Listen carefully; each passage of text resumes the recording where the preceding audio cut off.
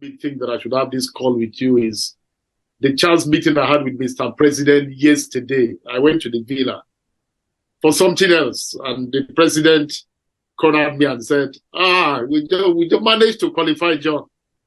I said, Your Excellency, that's how we're going to keep going until we win the tournament. And he said, tell our players that I wasn't too impressed in their last match. But I know that now that they're off the group stages, I know they're going to impress me more and more. That's what the president told me. And what did I pick out of this? What it means that the president is actually watching your matches. Would you believe this? The president is actually watching the matches that you are playing. And the president is urging you and also showing an understanding of the game, that he knows that there was a lot of cautiousness at the group stages, and that he knows that from the round of 16, that they are going to be more and more impressive. Also, the president is watching our matches and watching you play. I remember that in 2022 in Cameroon, remember that at the qualifying series, the group stages, Egypt as a country barely struggled to qualify. But that same Egypt went ahead to go and play the finals. I remember in the match against Egypt, we won them with the superlative goal that was scored by Iheanacho. I'm sure I'm correct, isn't it? Yeah. So we won that match. Egypt went ahead to play the finals of that same tournament. I also need to communicate to you the mood back home in the country. Every Nigerian is rooting for you. Every Nigerian is believing that you are going to do it again, like the slogan of NFF. There is little more I can say beyond what your technical people and the coach is saying to you. All I can say is that please listen to the coach. I've had cause to tell people that there is nobody that wants to win this tournament as much as the Nigerian coach, Coach Pesero. There's no one. No one wants to win it more than him. So I'd like to urge you to listen to everything that he says to you. I like to, advise that don't lose focus. Like we say in English, let your eyes remain on the ball.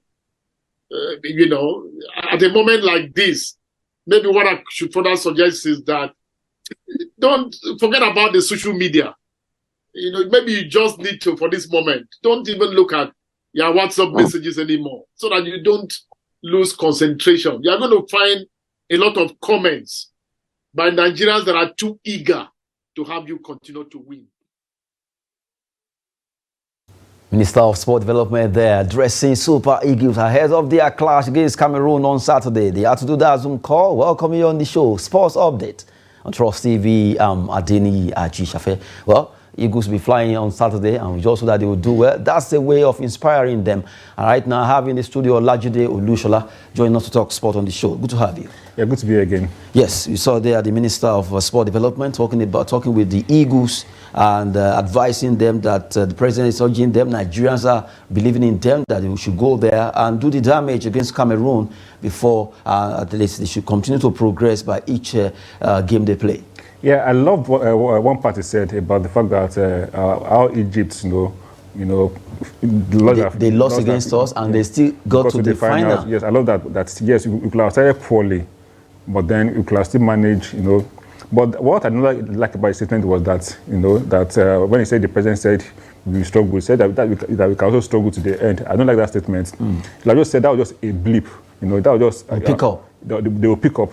Not saying that we will struggle to get to the finals. Yeah, that statement could also demoralize the players. The players that you're not appreciating what they're doing. Or you don't have confidence in them as well.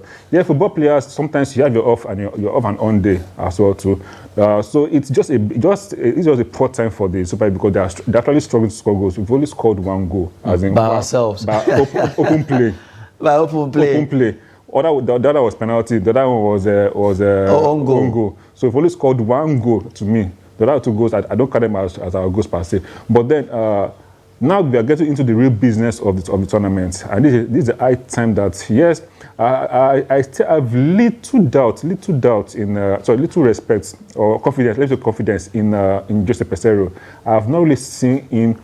Yes, against Cote d'Ivoire, yes, he played a fantastic formation.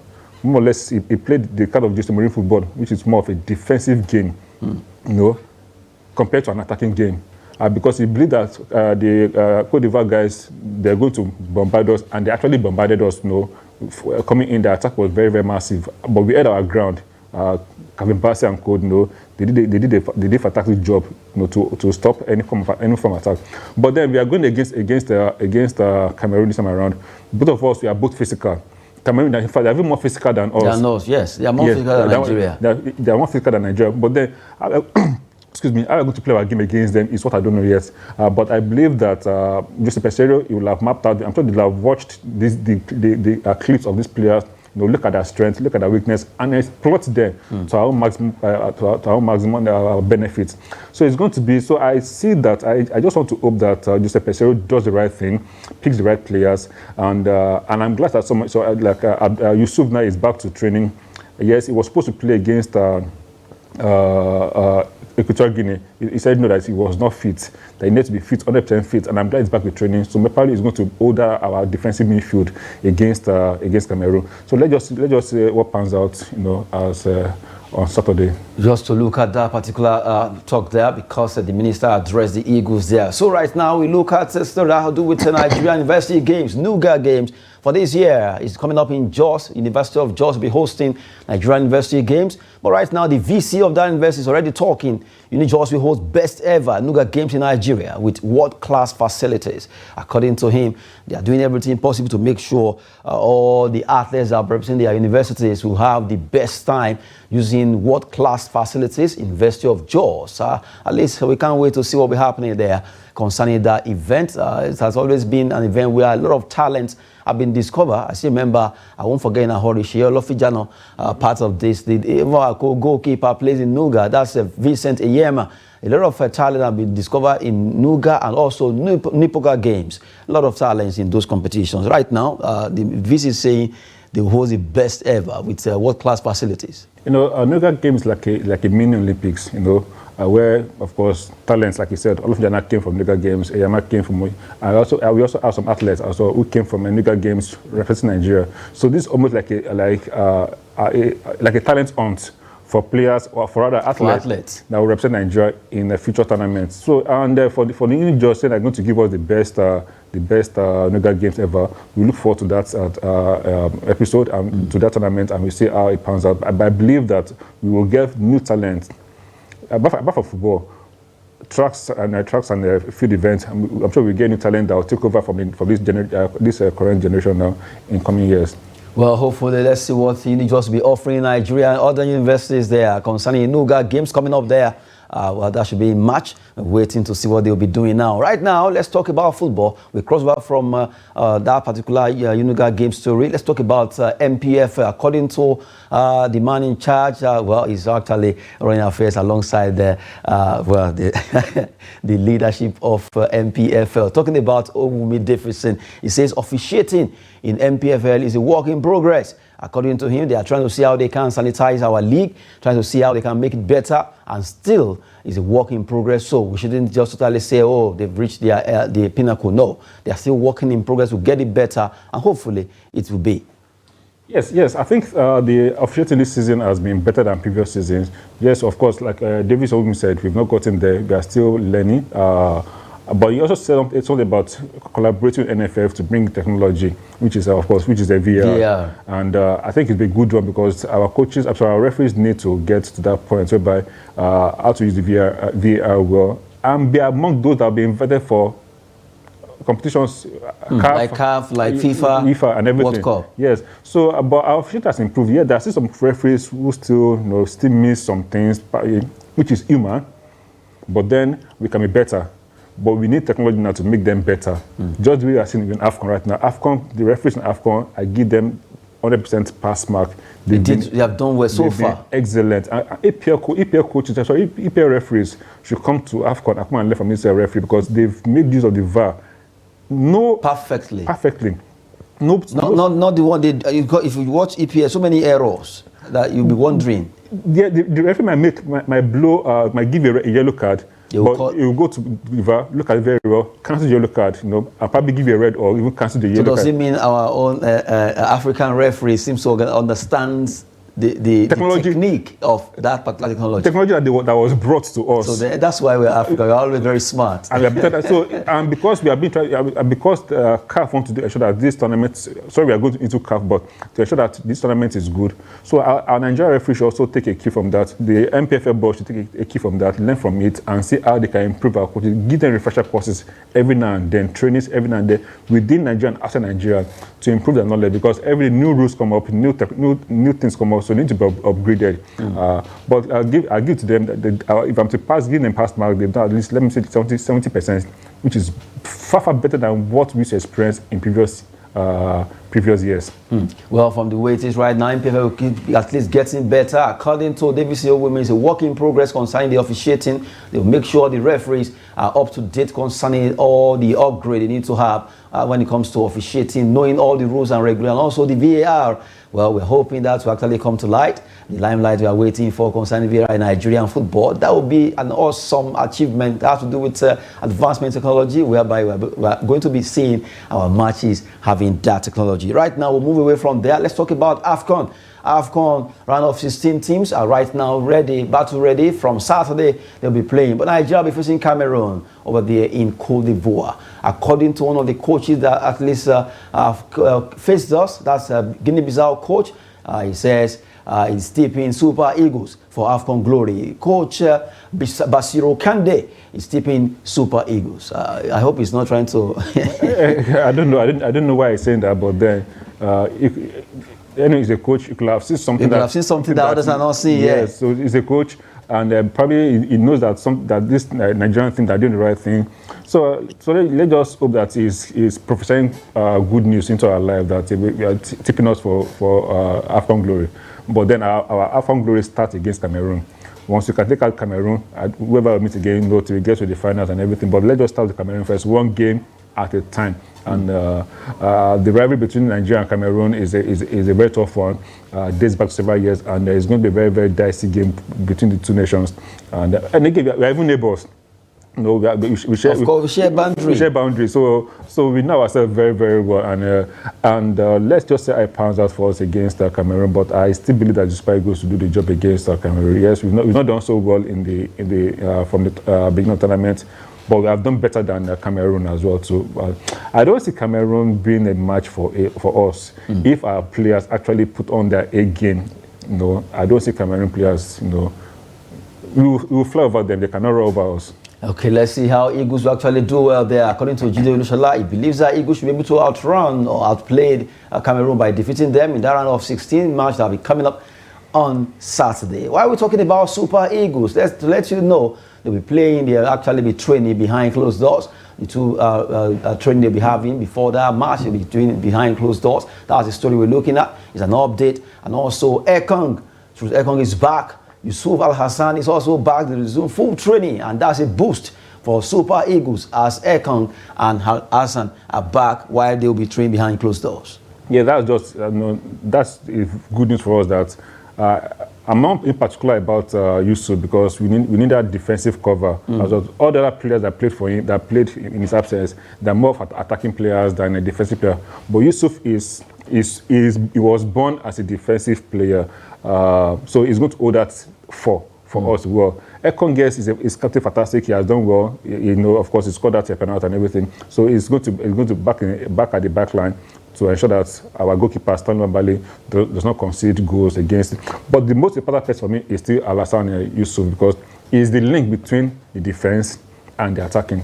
So if you can break out the attack from Cameroon, of course, he has stopped a goal from going into the ball from going into our half. But so it's going to be. So I'm glad that they're back. But then the job now remains on the attacking players, the midfielders and the forwards to get the job done. That's just it.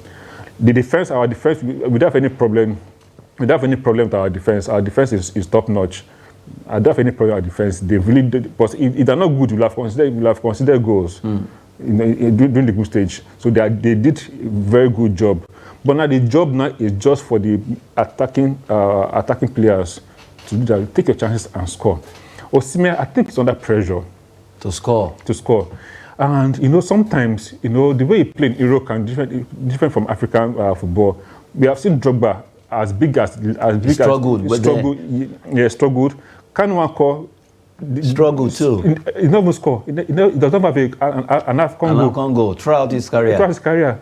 But of course, he played well. Giorgio Kotamedi goes to score. So we have players who were good in Europe, but when it came to African football, they couldn't just do anything. So Osimhen is passing through that step, and again, he has put himself under pressure, knowing that he's the African best player of the year right now, and everybody wants to see him perform. But he is not even getting the services he needs to even get from the attacking players and from the midfielders.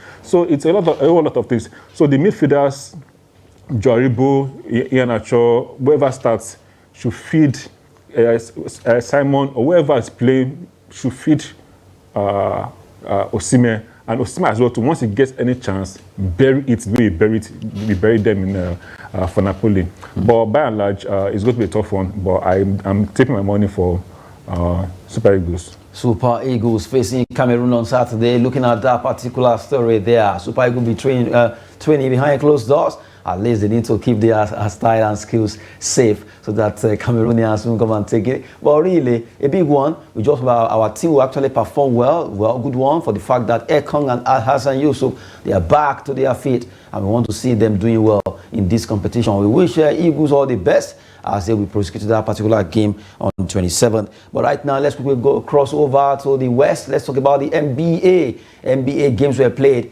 and we look at the result of games played earlier today over there in the American National Basketball Association. Charlotte Hornets actually fought hard, but they lost out by extra 7 points against Detroit Pistons. Washington Wizards, they fought hard, scored 107, but Minnesota Timberwolves did well by winning 118 against them. Memphis Grizzlies, well, they grizzled Miami Heat. Despite having heat, they used their own heat to, to grill them. 105 against 96. Houston Rockets, well, despite the Rocket, the Trail Blazers actually blazed it against them, 137 against 131. Extra 6 points for Portland Trail Blazers. Cleveland Cavaliers, 116. They lost against Milwaukee Bucks. Their chief, that's the man of the moment, talking about Antetokounmpo, was able to score 35 points in that game, 126 against 116, extra 10 points for Milwaukee. Phoenix Suns 132, Dallas Mavericks score 109, Oklahoma City Thunder got 140 against San Antonio Spurs, who scored 114. They lost woefully in that game. While Atlanta Hawks, the Hawks lost against Golden State Warriors. What do you expect? Golden State Warriors with their star man Stephen Curry, well, 134 against 112. You look at these games, you wonder how the likes of Oklahoma City Thunder were able to do it, scoring 140 against San Antonio Spurs. I think the highlight I watched, that games are always early in the morning when somebody is yes, when they're just waking, you see the highlights coming. So at least I watched. I saw the highlights of the Golden State Warrior. Stephen Curry, that guy is just too fantastic. He actually controlled. He actually, I don't know how many points he had in the game, but he actually did. He was the point man, of course, as he has always been. There was a particular move he made. I don't know how he made that move. It was a dummy. I can't even describe it. I can't even describe the move, but it was a dummy. So it felt as if he was going to throw the ball into the basket. But actually, he passed the ball to somebody else who ran behind and dunked the ball. That was the highlight of this particular game. So Stephen Curry, is just too. If you check the NBA, there are some players that even when they actually close their eyes, they will do some magical moves. They will make some magic moves that you'll be wondering how did they do it. And I know they've done that severally in their training time. Practice. You look at Stephen Curry, Giannis Antetokounmpo, the King, LeBron, a lot of them, Anthony Davis, all of them, they can easily, even from any angle, they will just do something that you'll be like, is this a human?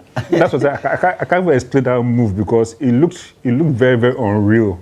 Unbelievable. Yes, it looked unreal, but I can't, it's just unexplainable. It just happened that it fooled everybody they all thought he was actually going to move with the ball. And then he swapped back and gave it to someone else who actually dunked it. And the way, I don't know how God credited them, but the hands just, the way the ball just moved. It seems like the ball is, most of them can actually hold the ball with their hands. So their hands are already used to the size of the ball easily. You and I cannot hold the ball. Of course, despite your long hands. I can't.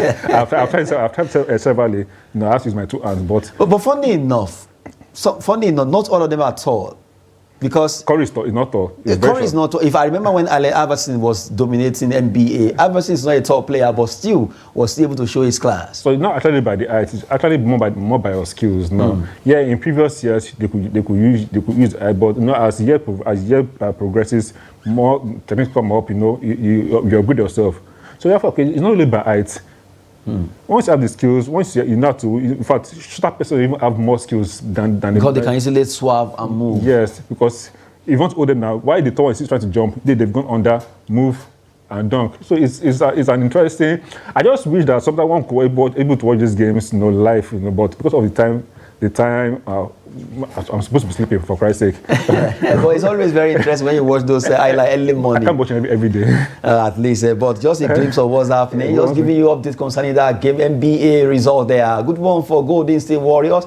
GSW, as they call them, they did well in that game, and you just have to give everything to Giannis Antetokounmpo there for his team. Milwaukee Bucks, it's a big one. They are running riot. All the teams in the NBA, just giving you the result there. Right now, before we go, we'll take 2 more stories as with Women Champions League matches coming up tonight. Let's look at those games. I'm also talking about Spanish Copa del Rey. But right now, Women Champions League fixtures, Rosengard, they'll be facing Benfica, Eintracht Frankfurt against Barcelona Feminine, Slavia Prague Women against Brand Women from Norway, Lyon Feminine against St. Pölten Women. Those are the matches slated for tonight. In those games, we are actually expecting our own Nigerian export, talking about Asisat Oshoala. Will she be playing against Eintracht? Yeah, she should. Of course, she's the top striker for Barcelona. So I expect that she will play. And again, she has been in top shape in the last few games and everything. So it's going to be an interesting game seeing Oshoala, doing what she does best for Barcelona women team. And who knows, against Frankfurt, they could win. Against Frankfurt, let's see what they'll be doing. Although it's not a fluke for the Eintracht Frankfurt team to make this particular cut, just to let you see games coming up tonight. Now, the big one that will be coming up also, Atletico Madrid versus Sevilla in the Spanish Copa del Rey. Who wins that game? A big one there at the Wanda Metropolitano Estadio there. Well, this is a big match. Yeah, a very big one. But Sevilla, in the league, they've been very, very poor. But in the cup, they've been quite fantastic. Because I don't know, Sevilla, they're just good in cups. Especially Europa Cup. Europa Cups, they are just very good. So in the league, they are not doing so well. They're not doing well at all. But then it's going to be a very tough for them playing against Atletico Madrid, who defeated Real Madrid as well to get to this point, and all that. And Atletico Madrid is the only team that has defeated Madrid this season, both in the league and in a particular competition. So it's going to be a very tough one for Sevilla. But I still believe that Atletico Madrid, they want to end the season with a trophy.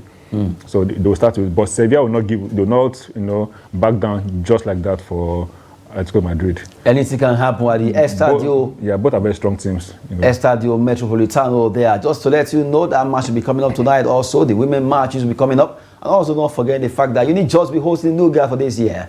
According to their VC, they will put up the best performance in hosting all Nigerian universities. It's been a wonderful time in the studio with Olajide Olushola. Good to have you, Jide. Yeah, thank you for having me again. Okay, I'm Adeni Ajijafi. As we always say, that sports is business and always fitness. Thanks for watching.